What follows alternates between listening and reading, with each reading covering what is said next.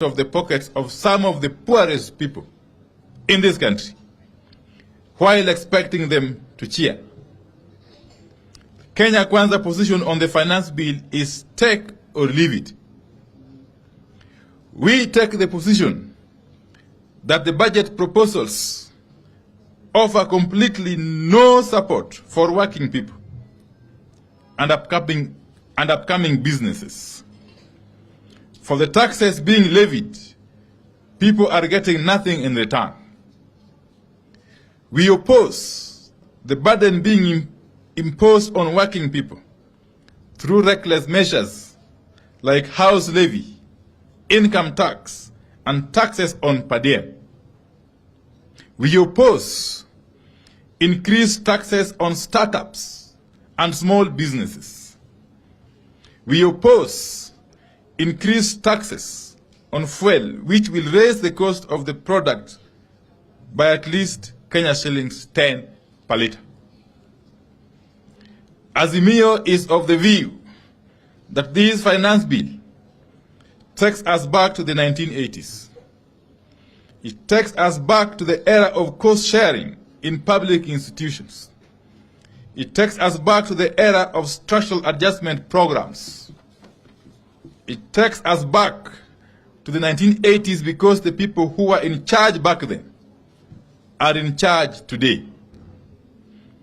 It is our position that in the long history of budget making in this country, never has a regime tasked our people to sacrifice so much by way of taxes for so little by way of gains.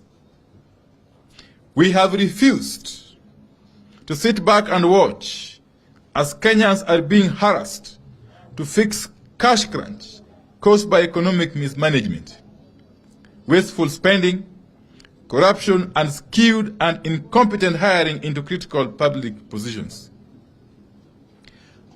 We reject this backward march. We reject the finance bill in total. We reject excess taxation to finance wasteful expenditure. On reorganization of leadership, it is our hope that the media fraternity and Kenyans at large recall that at our last meeting, we recognized the resolutions of our affiliate party, Jubilee, reached at the party's special national delegates convention, including the change of leadership. We said those changes must be taken as final and must be respected and enforced by the office of the registrar of political parties. In furtherance of those resolutions by Jubilee NDC, Azimio has today settled on the Honorable Mark Mwenje, the MP for Embakasi West, as the Deputy Minority Whip of the National Assembly. Honorable Mwenje will be taking up the position that was left vacant upon the removal of the Honorable Sabina Chege about a month ago. We recognize Honorable Mwenje as a committed, consistent, energetic, and youthful fighter who has shown the will to stand up for the people and the party. We have no doubt that he will prove equal to the task. We reiterate that Azimio will do everything possible to protect affiliate parties from heinous attacks emanating from the Kenya Kwanza regime. We will do whatever it takes to protect multi-party democracy, for which many Kenyans lost their lives. On the joint bipartisan talks, the PG received a briefing as follows: that Kenya Kwanza has offered that the joint co-chairs should write to the IBC selection panel requesting them to halt the process for about 21 to 30 days. To preserve the IBC's presidential election servers, the Kenya Kwanza side has expressed willingness to co-author a letter to the IEBC reminding them of their legal obligation to preserve the presidential election servers and the data contained therein.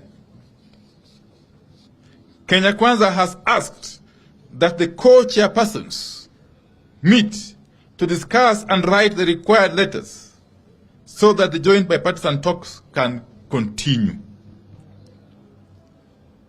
With regard to interference in Jubilee, the Kenya Kwanza has indicated willingness to commit in writing to respect the ruling of the political parties' disputes tribunal, confirming the Jubilee Party leadership.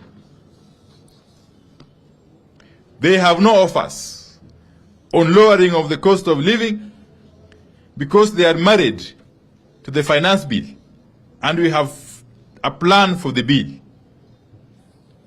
The PG has noted the two concessions made by Kenya Kwanza.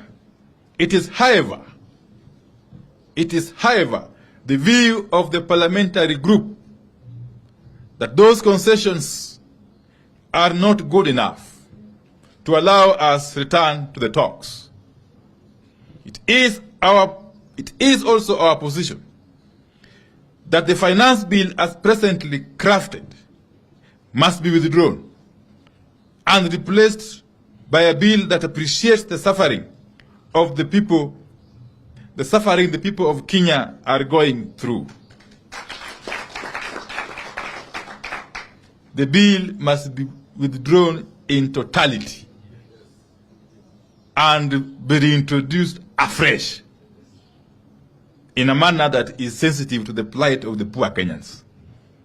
Indeed, the Azimio MPs have resolved to sign a public pledge to oppose the bill, awaiting its withdrawal. Indeed, many other MPs, other than those from Azimio, are equally prepared to do this. It is our resolution that other than merely committing not to interfere in the affairs of other parties, Kenya Kwanza must agree that all Jubilee MPs, and indeed any other MPs, who have defected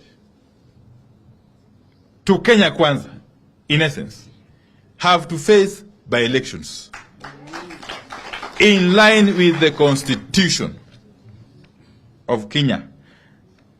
Until all these are agreed upon, the joint bipartisan talks remain suspended. Kenya Kwanza has up to midnight today to comply. Thank you very much. End of statement. We are not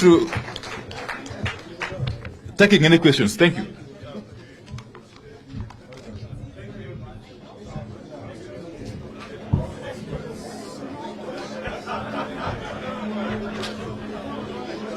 May we allow our leadership to exit, and then we may follow.